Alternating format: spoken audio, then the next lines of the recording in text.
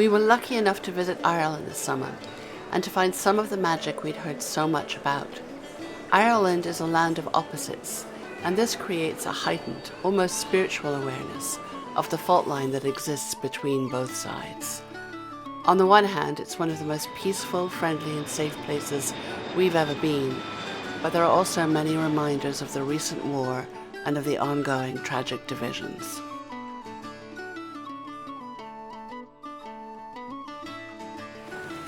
The many cliff walks in Ireland reflect these opposites as well. Ireland has cliffs on 3 sides, and some of them are the highest ones in Europe. A friend recently said that cliffs represent the solid realm we are in now, craggy, dangerous, and in their own way, stunningly beautiful, whereas the ocean represents a different realm, more ephemeral, eternal, elusive, and alluring. What's not to love about a good metaphor?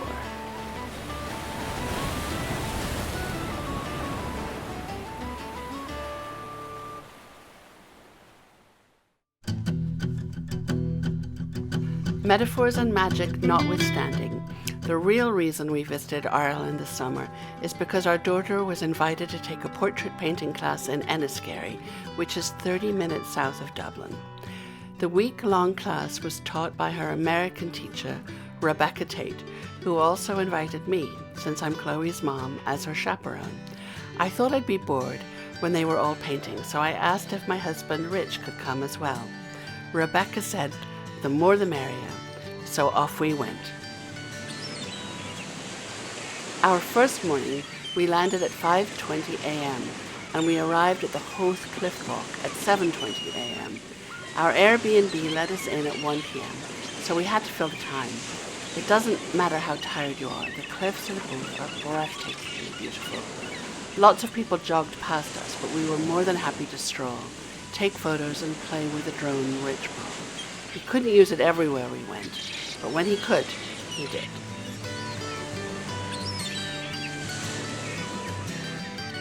Afterwards, we made our way to Bray, which is another seaside village with cliffs of its own, an hour further down the coast, which is where we had booked our Airbnb for the week.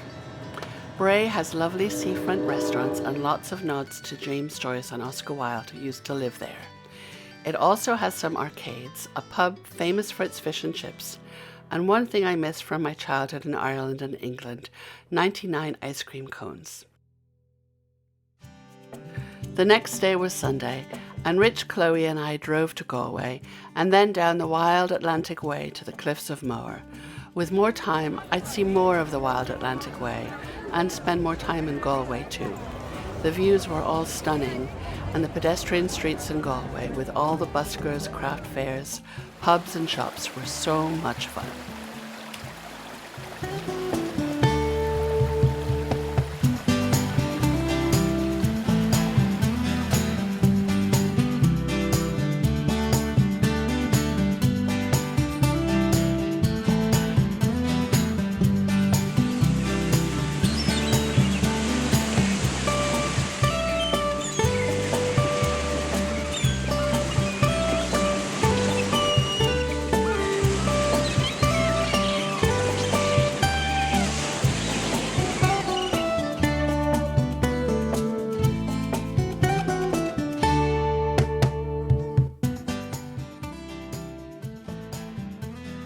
On Monday, once we dropped Chloe off for her first day at the School of Art, Rich and I explored the area around Enniskerry, the Powerscourt Estate and the Powerscourt Waterfalls, and then on to Glendalough.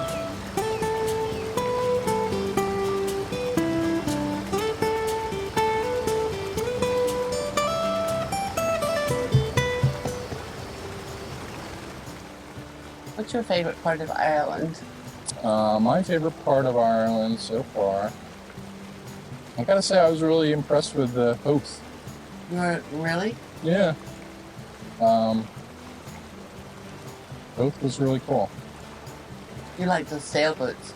I like the sailboats. I've got some great drone shots. The cliffs, beautiful. Cliffs were beautiful. Wildflowers. It was our first sight of Ireland, so it was surprising how beautiful it was. I'm doing this because there are a lot of little midges Yeah. Yeah. Yeah. Well, we're going to be here another hour, so you better get used to it.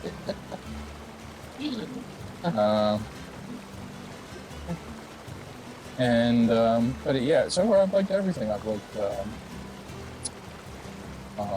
Galway Galway. and It was Galway. cliffs of Mohair. No, it was Mower. And Mower. Enniskerry. Enniskerry. No, Enniskerry. And what else? Powerball. No. Manor. Of Was great. And You're purposefully getting them all wrong. and we went to this breakfast place called Pug. No, it was called Pug. Pug. Pug. As in it rhymes with hug, but it means kiss in Celtic or in Irish. I don't know. Okay. And it's only day 2, right? No, day three. Day 3. You've already seen a lot of stuff. Yeah. It's gorgeous weather. Gorgeous weather. You're very lucky. And we still have a lot to say. Yeah. And is there a way that you can turn that around to see the waterfall that we can see? I can. Yeah, which is kind of cool.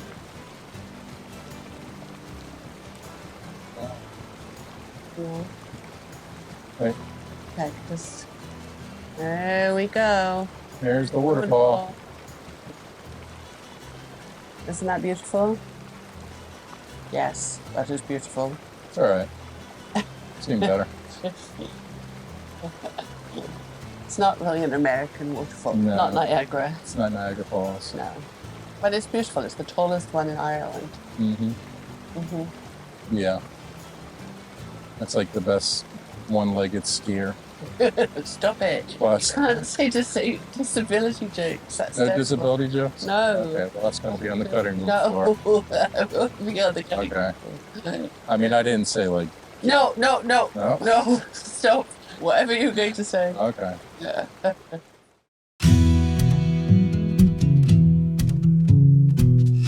Glendalough is set amidst 2 lakes surrounded by streams and mountains, and is the site of an ancient monastery and graveyard. There is something holy about the place that feels eerie and sacred all at once. There are beautiful walks in and around Glendalough. We took a short one to the banks of the nearest lake and had a romantic picnic. If you are ever in County Wicklow, Glendalough is a must-see.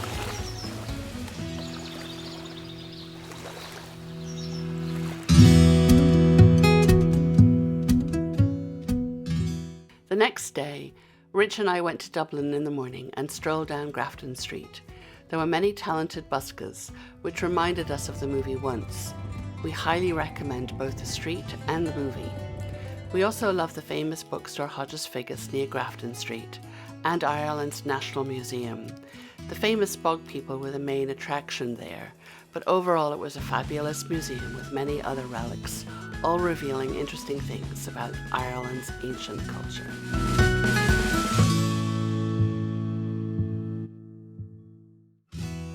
That afternoon, we took Chloe away from her art class early so that she could do the one thing she most wanted to do while we were in Ireland: go horseback riding. This proved to be better than we hoped. Our tour guide, Ray Fisher, is a well-known horseman in the area and was asked to be in charge of the horses on the TV show Vikings. Between his stories and riding through the gorgeous scenery, it felt like we were in a movie too. Fittingly, the horseback riding outfit is called Hollywood Horse and Pony Trek. We give it 5 stars. Wednesday afternoon and evening we explored Bray, met up with the group briefly again, and climbed the Bray Cliffs at sunset, which were truly stunning. Thursday, Rich and I headed to Northern Ireland for the day. First we went to see Belfast Peace Walls and murals. I was expecting something more hopeful, but in reality the murals were troubling, moving, and yet more authentic than I imagined. Next we stopped to see the dark hedges of Game of Thrones fame. Despite some tour buses parked close by, the looming effect of all those beech trees lining the street looked just as magical and eerie as we had seen in photos and on the TV show. The dark hedges are an easy stop on the way to Giant's Causeway, which was definitely the highlight of the day. Talk about magical. No one knows how the rock formations jutting out to sea became so uniformly hexagonal. There are 40,000 of them, and almost as many tourists. But you don't really mind because it's just so amazing. You accept the need to share.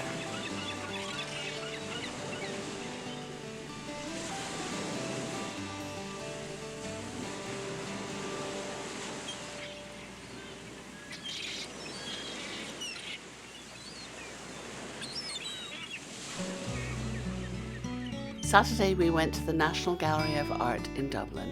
Our tour guide Meg was fabulous.